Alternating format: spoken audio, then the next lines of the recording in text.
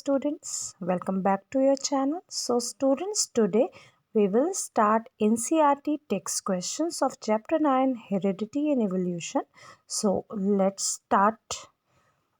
आज हम NCERT text question करेंगे चैप्टर 9 हेरिडिटी एंड एवोल्यूशन, जो कि क्लास 10 साइंस का 9th चैप्टर है। क्वेश्चन नंबर 1 यहाँ पर पेज 143 पर गिवन है और क्वेश्चन नंबर 1 है, if a trait A exist in 10% of a population of asexually reproducing species and trait B exists 60% of the same population, which trait is more likely to have arisen earlier? एक trait A जो है वो 10% exist कर रही है, trait B 60% exist कर रही है एक पॉपुलेशन में, तो कौन सी ज़्यादा जल्दी अराइज होगी? So obviously the trait B having 60% और of the total percentage will have arisen earlier. क्यों? क्योंकि ए ट्रेड जो है वो न्यू है और उसने सिर्फ 10% ही अपना एग्जिस्टेंट अपनी पॉपुलेशन में स्प्रेड हुई है, जबकि ट्रेड बी 60% स्प्रेड हो चुकी है।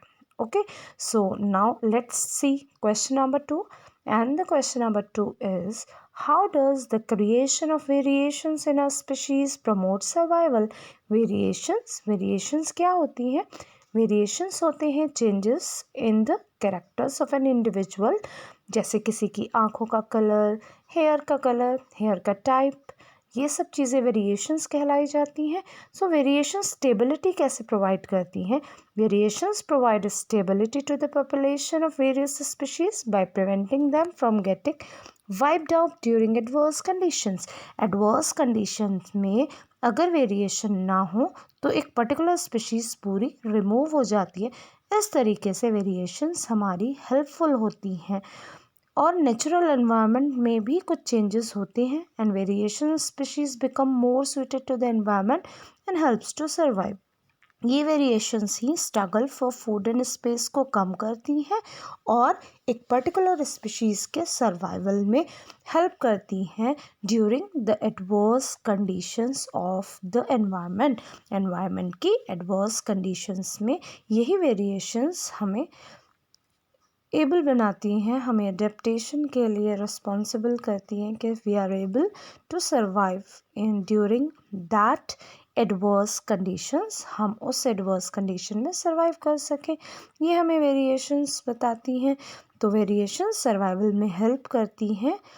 जैसे कि एक पर्टिकुलर बैक्टीरिया की स्पीशी का आपको एग्जांपल पता है, जो हीट में सर्वाइव कर सकते हैं तो वो वहाँ पर सर्वाइव कर जाते हैं हॉट या हीट हाई टेम्परेचर पे, और जो नहीं कर पाते हैं वो डाई आउट हो जाते हैं, जिस वजह से जो बैक्टीरिया की टोटल पॉपुलेशन है वो बच जाती है, जबकि जो अदर्स बैक्टीरिया थे जो हॉट कंडीशंस में या फिर हाई टेम्परेचर में नहीं रख सकते थे वो डाई आउट हो जाते हैं। So that's about variation.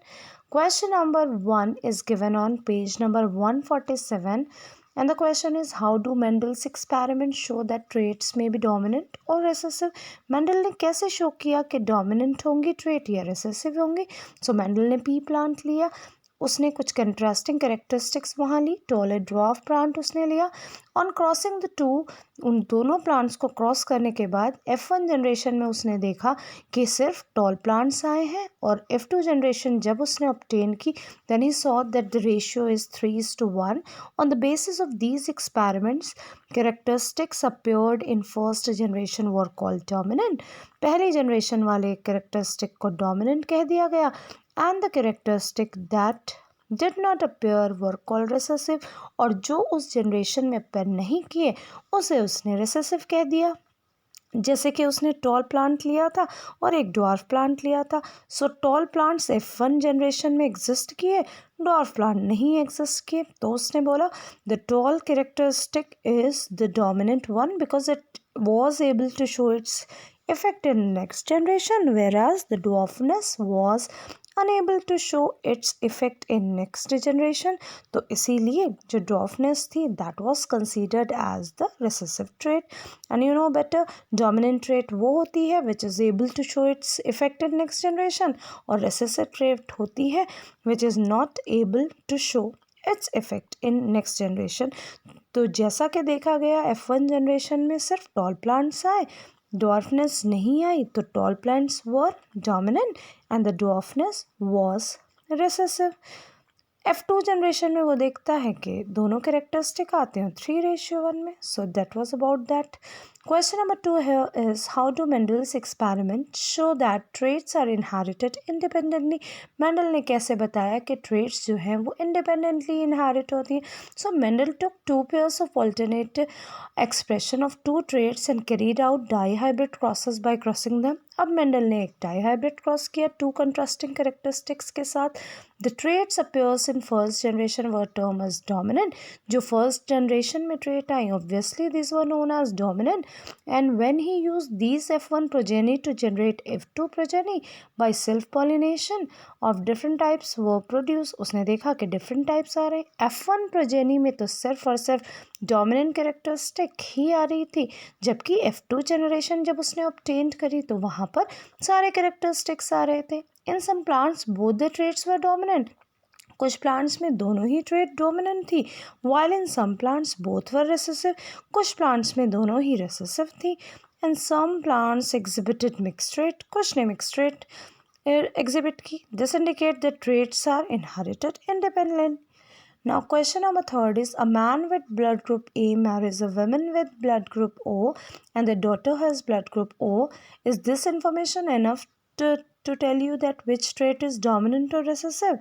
तो फादर का ब्लड ग्रुप ए है, the man is with blood group A, और जो वुमेन है उसका ब्लड ग्रुप ओ है और उनकी डॉटर का भी ओ है। क्या ये इन्फॉर्मेशन सफिशेंट है ये बताने के लिए द ट्रेट इज़ डोमिनेंट और recessive? So this information is not enough because each individual is carrying 2 alleles. Her individual में 2 एलील्स होती हैं, the group of the gene pair. These recessive trait can occur. The recessive trait can occur only when 2 alleles are similar. Recessive जब आएंगी जब दोनों alleles दोनों पे members pair के similar हैं। If blood group A is dominant, O is recessive, then daughter can have blood group O only when the both recessive alleles occur together in mother and father has one allele O and other of A. तो ये जो information है ये बताने के लिए sufficient नहीं है कि जो डॉटर का ब्लड ग्रुप है वो ओ है तो कौन सी ट्रेट यहाँ पे डोमिनेंट है। क्यों? क्योंकि हर एक ट्रेट के लिए वहाँ पर 2 एलील्स प्रेजेंट हैं। रिसेसिव ट्रेट जब ही आएगी जब दोनों ही एलील्स सिमिलर होंगे। अगर वहाँ पे ए ब्लड ग्रुप को हम डोमिनेंट मानते हैं, ओ रिसेसिव है, तो डॉटर के अंदर जो ब्लड ग्रुप होगा ओनली ओ होगा। कब होगा सिर्फ ओ? जब रेसेसिव एलील्स अकर करेंगी मदर के अंदर and the father has 1 allele of O and other of A, और फादर के पास एक एलील ओ की होगी और एक एलील जो है वो ए ब्लड ग्रुप की होगी। सो अगर ऐसा होता है तब तो ये पॉसिबल है कि ओ ब्लड ग्रुप हो। सो ये इन्फॉर्मेशन सफिशेंट नहीं है। Now question number 4 is how is the sex of the child determined in human beings और the sex of a newborn child is a matter of chance. ये question क्या? इस question में आपको पूछा गया है कि how is the sex of the child determine, कि वो गर्ल है या बॉय है। So half of the male gametes और the sperm carry X chromosomes and other half carry Y chromosome. Sperms में आधे क्रोमोसोम्स में एक्स क्रोमोसोम होता है आधे गैमीट्स में, और हाफ ऑफ द गैमीट्स में carry Y chromosome. So all the female gametes carry only X chromosomes and all जितने भी फीमेल गैमीट्स होते हैं उनके एक्स क्रोमोसोम्स होते हैं। So when a sperm फर्टिलाइजेज an egg, जब स्पर्म एग को फर्टिलाइज करता है, the following situations become possible. उसमें ये चीज़ें आनी पॉसिबल होती हैं। मतलब आप देखते हैं कि जो गैमीट्स होते हैं male gametes which are sperm, तो स्पर्म में तो half of the chromosomes X हैं वहाँ पर और half of the chromosomes are Y. जबकि अगर आप फीमेल्स में देखें या मदर के केस में देखें तो all the female gametes carry only X chromosomes, वहाँ पे सिर्फ और सिर्फ एक्स क्रोमोसोम्स आ रहा है। सो जब एक स्पर्म एग को फर्टिलाइज करता है तो क्या होगा? सो जब एक स्पर्म एग को फर्टिलाइज करेगा तो उसके अंदर जो क्रॉसिंग देखी जाएगी, अब हम उसको देखते हैं। Because only with the help of that crossing it you will be able to know the sex of the child, कि जो चाइल्ड प्रोड्यूस होने वाला है या जाइगोट है वो that will be a girl और अ बॉय, वो गर्ल होगा या फिर एक बॉय होगा। आप देख रहे हैं कि मदर के जो क्रोमोसोम्स या फिर एग जो है यहाँ पर वो होमोजाइगस है और जो स्पर्म है वो हेट्रोजाइगस है, क्योंकि स्पर्म में एक्स क्रोमोसोम भी है और वाई क्रोमोसोम भी है। जबकि अगर आप फीमेल्स की बात करें या मदर के अंदर एग की बात करें तो एग में क्या होता है, both the chromosomes are X X. तो अगर मेल एक्स कंबाइन करता है फीमेल एक्स के साथ the girl child is form. अगर वहाँ पर मेल वाई कंबाइन करता है फीमेल एक्स के साथ then what happens, the X Y और the boy child is form. क्योंकि फादर या स्पर्म के अंदर दोनों अलग अलग क्रोमोसोम हैं, अगर स्पर्म का एक्स क्रोमोसोम कंबाइन करता है एग के एक्स क्रोमोसोम से तो गर्ल चाइल्ड इज बॉर्न। और अगर वाई क्रोमोसोम मेल का और स्पर्म का कंबाइन करता है with the X chromosome of the egg, then what happens, the boy child is formed। तब क्या होगा, वहाँ पर boy child form होगा। So we have the following situation here, when a sperm carrying eggs fertilize an egg carrying X chromosome, तो वहाँ पर resulting zygote female होगी एक्सेस के साथ। और जब sperm carrying Y chromosome fertilize करेगा एग को एक्स क्रोमोसोम के साथ तो वहाँ पे रिजल्टिंग जाइगोट जो होगा वो एक मेल होगा या फिर वो एक बॉय होगा। तो आप इन दोनों कंडीशंस में देख सकते हैं कि पहली कंडीशन क्या है कि जब स्पर्म के साथ एक्स क्रोमोसोम है और उसने उस एग को फर्टिलाइज किया है जहाँ पर एक्स क्रोमोसोम है, तो जो जाइगोट बनेगा, जाइगोट क्या है, it's a fusion of male gamete with female gamete. Male gamete या एग और स्पर्म के फ्यूजन से जो सेल बन रहा है उसे ही हम जाइगोट कहते हैं। तो जो जाइगोट बनेगा वो दोनों के कॉम्बिनेशन से ही बनेगा।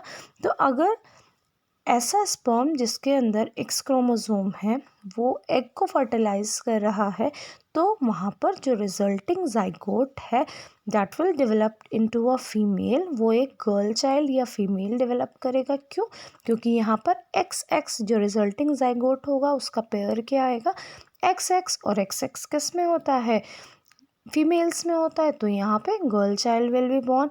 बट अगर स्पर्म कैरिंग वाई क्रोमोसोम, अगर वो स्पर्म जिसके अंदर वाई क्रोमोसोम है दैट फर्टिलाइजेज एन एग, वो अगर एग को फर्टिलाइज कर रहा है, क्योंकि आपको पता है कि एग पे क्या है, it has only the X chromosome, so the resulting zygote develops into a mail.